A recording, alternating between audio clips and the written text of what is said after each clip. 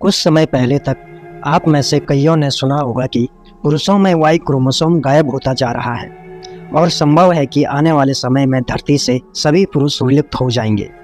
अब इसके पीछे कितनी सच्चाई है ये तो हम आगे वीडियो में समझेंगे, परंतु क्या हमारे सनातन धर्म जो उसकी सदियों से वैज्ञानिकता को आधार बनाकर चलता आ रहा है, तो क्या हमारे ऋषियों ने इस पर कोई चिंतन भी किया होगा? मैं सीधे धर्म पर क्यों ले आया। ब्रिटिश राइटर जैन ट्राई की ये लाइन आप में से बहुत लोगों ने सुनी होगी कि there is no invention in modern science which has not been done before in Sanatan Dharma. अर्थात आधुनिक विज्ञान में ऐसा कोई भी आविष्कार नहीं जो सनातन धर्म में पहले ना हुआ हो। और कुछ ऐसे ही कार्ल सागन, जो कि एक जाने माने एस्ट्रोनॉमर रहे हैं, उन्होंने भी कहा है, as far as science will go it will only meet Sanatan Dharma teachings. अर्थात जहाँ तक विज्ञान जाएगा वह केवल सनातन धर्म की शिक्षाओं से ही मिलेगा। आपको बताता चलूँ कि कार्ल सागन वो एस्ट्रोनॉमर हैं जिनका मैसेज मिल्की वे को पार कर चुके वे अगर स्पेसक्राफ्ट पर भी लिखा हुआ है, जो कि 1977 में धरती से लॉन्च हुआ था। इसके अलावा और भी कई साइंटिस्ट हुए जिनकी विचारधारा सनातन संस्कृति के ज्ञान पर खरी उतरती है, जैसा कि आप देख सकते हैं। जब ये महान लोग सनातन धर्म के बारे में इतना सब कुछ कह सकते हैं तो क्वेश्चन उठाने का अधिकार भी हमारा है कि आखिर हमारे ऋषियों ने, जो कि वैदिक समय के साइंटिस्ट भी रहे हैं, उन्होंने इस पर कभी ध्यान भी दिया होगा कि आने वाले समय में पुरुषों की संख्या में परिवर्तन भी होगा। तो दोस्तों, आज की वीडियो में हम इसी टॉपिक को आगे बढ़ाते हैं।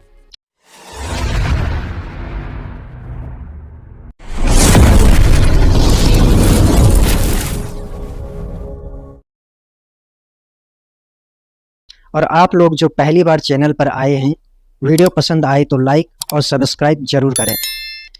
आइए देखें कि हमारे ऋषियों द्वारा प्रतिपादित इस निषेध का कोई वैज्ञानिक आधार है या नहीं, या फिर यह केवल युवा जोड़ों को दबाने का एक तरीका था जो आज के समय में संविधान के अनुच्छेद 21 के तहत अपने जीवन जीने के तरीके को चुनने के उनके अधिकार की उपेक्षा करता है। हमारी चर्चा आनुवांशिक यानी कि जेनेटिक्स पर आधारित है।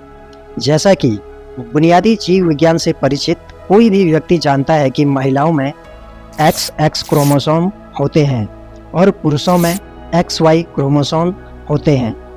जिन्हें नहीं पता तो इसका बेसिक मैं बताता चलूं कि मनुष्यों की कोशिका या सेल्स में 23 जोड़े क्रोमोसोम होते हैं।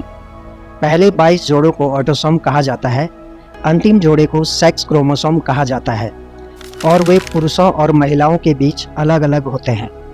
महिलाओं में 2 X क्रोमोसोम होते हैं और पुरुष में एक X और एक Y होता है। यहाँ पर नामों का उनके आकार से कोई लेना देना नहीं है। X का मतलब अननोन है। Y क्रोमोसोम काफ़ी प्रभावी होता है क्योंकि इसमें एक महत्वपूर्ण जीन होता है जो भ्रूण या एम्ब्रियो में पुरुष के विकास की शुरुआत करता है।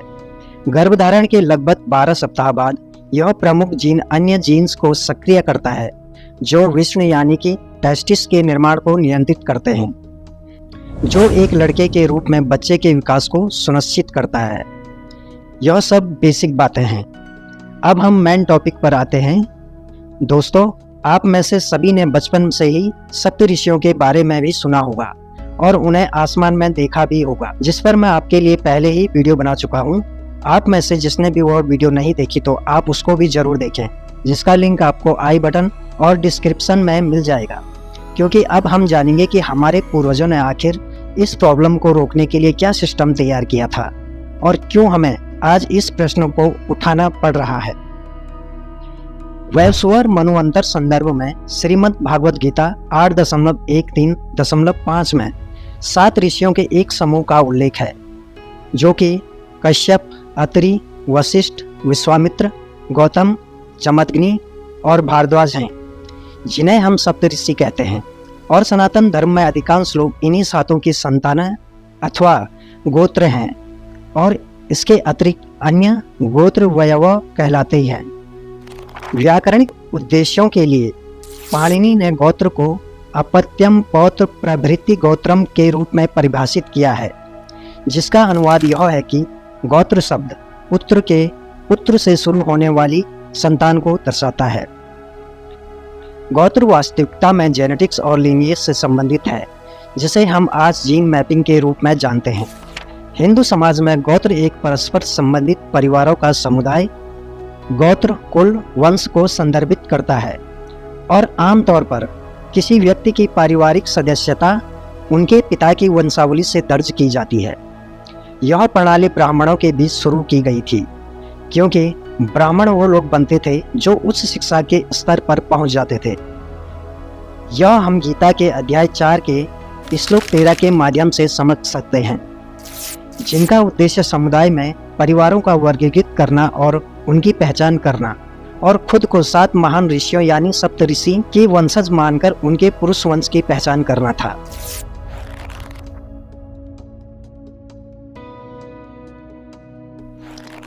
अब तक हम समझ चुके हैं कि वैदिक गोत्र प्रणाली वाई क्रोमोसोम या उसके मूल का पता लगाने के ज्ञान पर आधारित है। उदाहरण के लिए, यदि किसी व्यक्ति का गोत्र कश्यप है तो उस व्यक्ति में वाई क्रोमोसोम कश्यप ऋषि से आता है या कश्यप ऋषि उस वाई क्रोमोसोम का मूल है। क्योंकि महिलाओं में वाई क्रोमोसोम मौजूद नहीं होता है, इसलिए महिला का गोत्र उसके पति का माना जाता है। यही कारण है कि शादी के बाद महिलाएं अपने पति के गोत्र से जुड़ी रहती हैं। अब हम अपने मूल प्रश्नों पर आते हैं। सगोत्र विवाह पर प्रतिबंध क्यों था? वैदिक या हिंदू संस्कृति में एक ही गोत्र में विवाह पर रोक लगाने का प्राथमिक कारण यह चिंता है कि एक ही गोत्र के व्यक्तियों को एक ही पूर्वज होने के कारण भाई बहन माना जाएगा। क्या यह दिलचस्प नहीं है कि ऐसे व्यक्ति जो कभी नहीं मिले और अलग अलग देशों में पैदा हुए लेकिन एक ही जनजाति के भीतर पैदा हुए, उन्हें भाई बहन के रूप में देखा जाता है। गोत्र में समानता आनुवंशिक समानता से भी जुड़ी होती है, विशेषकर गुणसूत्रों में। आधुनिक आनुवंशिक विज्ञान के अनुसार यदि समान गुणसूत्र वाले या कहें कि समान क्रोमोसोम वाले 2 व्यक्ति विवाह करते हैं तो उनकी संतानों में आनुवंशिक विकार होने का खतरा बढ़ जाता है। ऐसे दंपतियों के बच्चों में एक जैसी विचारधारा, पसंद, व्यवहार आदि में कोई नयापन नहीं होता है। ऐसे बच्चों में रचनात्मकता की कमी होती है। इस संबंध में विज्ञान द्वारा भी यही कहा गया है कि शादी करने के बाद अधिकांश दंपति के बच्चों में आनुवंशिक दोष यानी कि मानसिक विकलांगता, गंभीर बीमारियां आदि जन्मजात पाई जाती हैं। शास्त्रों के अनुसार इन्हीं कारणों से सगोत्र विवाह पर प्रतिबंध लगाया गया था। इसके वैज्ञानिक पहलू पर बात करें तो अब तक हम समझ चुके हैं कि एक ही गोत्र के बीच विवाह से आनुवंशिक विकार होने का खतरा बढ़ने की संभावना बहुत ज़्यादा है, क्योंकि एक ही गोत्र के वाई क्रोमोसोम में क्रॉसओवर नहीं हो सकता है और यह दोषपूर्ण कोशिकाओं को सक्रिय कर देगा। वीडियो की शुरुआत भी इसी प्रश्न से हुई थी कि क्या पुरुष विलुप्त हो जाएंगे? तो आपको बता दूं, यदि सगोत्र विवाह जारी रहा तो यह वाई क्रोमोसोम के आकार और गुणों को कम कर देगा, जो कि पुरुषों के निर्माण के लिए महत्वपूर्ण है। यदि इस संसार में कोई वाई क्रोमोसोम मौजूद नहीं रहा तो संभव है कि पुरुष समाज विलुप्त की कतार पर होगा, जब तक कि प्रकृति खुद इसका समाधान न ढूंढ ले। यह बातें मैं कोई हवा में नहीं कर रहा हूँ। आपको बता दूं कि ये बात बिल्कुल सच है और आप इसे नेचर में पब्लिश हुए इस रिसर्च पेपर के माध्यम से भी समझ सकते हैं और आपको इससे जुड़े सभी रेफरेंसेस इंटरनेट पर मिल जाएंगे। 7 जन्मों का साथ। जब एक बेटा पैदा होता है तो उसे अपना डीएनए का 95% हिस्सा अपने पिता से और 5% हिस्सा अपनी मां से विरासत में मिलता है। दूसरी ओर जब एक बेटी का जन्म होता है तो उसे प्रत्येक माता पिता से अपना 50% डीएनए विरासत में मिलता है। इसका मतलब यह है कि यदि बेटी है तो अगली पीढ़ी में डीएनए का 50% का 50% होगा, यानी आधा। और यदि उसकी बेटी की भी बेटी है तो मूल डीएनए का केवल 25% मौजूद होगा। यह क्रम अगर जारी रहता है तो 7वीं पीढ़ी में बेटी के जन्म का प्रतिशत घटकर 1% रह जाएगा, यानी पति पत्नी का डीएनए 7वीं पीढ़ी तक दोबारा जन्म लेता रहेगा। और अब आपको यह भी समझ आ गया होगा कि सनातन धर्म में क्यों 7 जन्मों तक का साथ निभाने का वादा किया जाता है। जब एक बेटा पैदा होता है तो आनुवंशिकी के संदर्भ में उसे 95% क्रोमोसोम अपने पिता और 5% अपनी मां से विरासत में मिलता है। दुर्लभ मामलों में मां का योगदान 1% से भी कम हो सकता है। इस प्रक्रिया के परिणाम स्वरूप आनुवांशिक अनुक्रमों का निर्बाध रूप से संचरण होता है, जिससे माता पिता दोनों के गुण भावी पीढ़ियों में प्रकट होते रहते हैं। जिससे होता यह है कि हमारे पूर्वजों का कुछ न कुछ अंश हमारे भीतर रहता है और इस तरह हम अपने वंश को लगातार आशीर्वाद देते हैं, अपने से पहले आने वाली पीढ़ियों का सम्मान करते हैं, साथ ही विनम्रतापूर्वक उनके सम्मान में आशीर्वाद भी स्वीकार करते हैं। यह मानसिकता हमें आत्म केंद्रित होने से रोकती है और इसके बजाय भविष्य की पीढ़ियों की भलाई पर ध्यान केंद्रित करती है। यह समर्पण की भावना पैदा करता है जो हमारे बच्चों की प्रगति के लिए अति आवश्यक है। मैं यहाँ पर कुछ स्पष्ट करना चाहता हूँ। जब माता पिता कन्यादान की रस्म निभाते हैं तो इसका मतलब यह नहीं कि वे लड़की को एक समान मानते हैं। दरअसल यह एक ऐसी प्रथा है जिसमें दूल्हे के कुल की कुलवधू बनने और उसके वंश को आगे बढ़ाने के लिए लड़की का विवाह कर दिया जाता है। इस दान के नियम में कहा गया है कि दूसरे कुल का कुलवधू और उस कुल का कुलगुरु बनने के लिए व्यक्ति को गोत्र यानी कि पैतृक वंश से मुक्त होना होगा। क्योंकि डीएनए बदला नहीं जा सकता, इसलिए लड़की से मां का रिश्ता हमेशा बना रहता है। गोत्र की अवधारणा पिता के गोत्र के स्थानांतरण का प्रतीक है।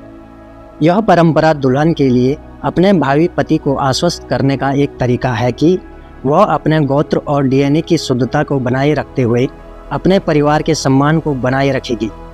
वह वर्ण संकर न होने की प्रतिज्ञा करती है, क्योंकि ऐसा माना जाता है कि वह विवाह और मातृत्व के माध्यम से पूरे कुल को उनका सम्मान हस्तांतरित करती है। यही कारण है कि प्रत्येक विवाहित महिला को सनातन धर्म में एक मां के रूप में उच्च सम्मान दिया जाता है। भारतीय संस्कृति में कन्यादान के पवित्र अनुष्ठान की तरह दान करने का कार्य भी अत्यधिक पूजनीय है, परंतु कन्यादान को सबसे पुण्य रूपों में से एक माना जाता है। यह एक पत्नी द्वारा अपने पति को हजारों यज्ञ की सौगात देने के समान है। कर्मकांडीय पवित्रता की यह भावना भारतीय संस्कृति और सभ्यता का एक विशिष्ट और अभिन्न अंग है, जो इसे उपस्थित अन्य समाजों से अलग करती है। इस प्रकार गोत्र प्रणाली आनुवांशिक विकारों से बचने और वाई गुणसूत्र यानी कि क्रोमोसोम की रक्षा करने के प्रयास के लिए हमारे महान महर्षियों द्वारा तैयार की गई एक प्राचीन पद्धति है। हमारे महर्षियों का प्राचीन जैव विज्ञान ज्ञान वास्तव में उल्लेखनीय है। हमारी विरासत महानतम विरासतों में से एक है। हजारों वर्ष पहले ही हमारे ऋषि ने ऋषि संस्कृति के असाधारण विकास को प्रदर्शित करते हुए जीन मैपिंग का कार्य पूरा कर लिया था। हिंदुस्तानियों के रूप में हम भाग्यशाली हैं कि हमें ऐसा अनोखा और उन्नत ज्ञान विरासत में मिला है। धन्यवाद। जय हिंद, जय भारत।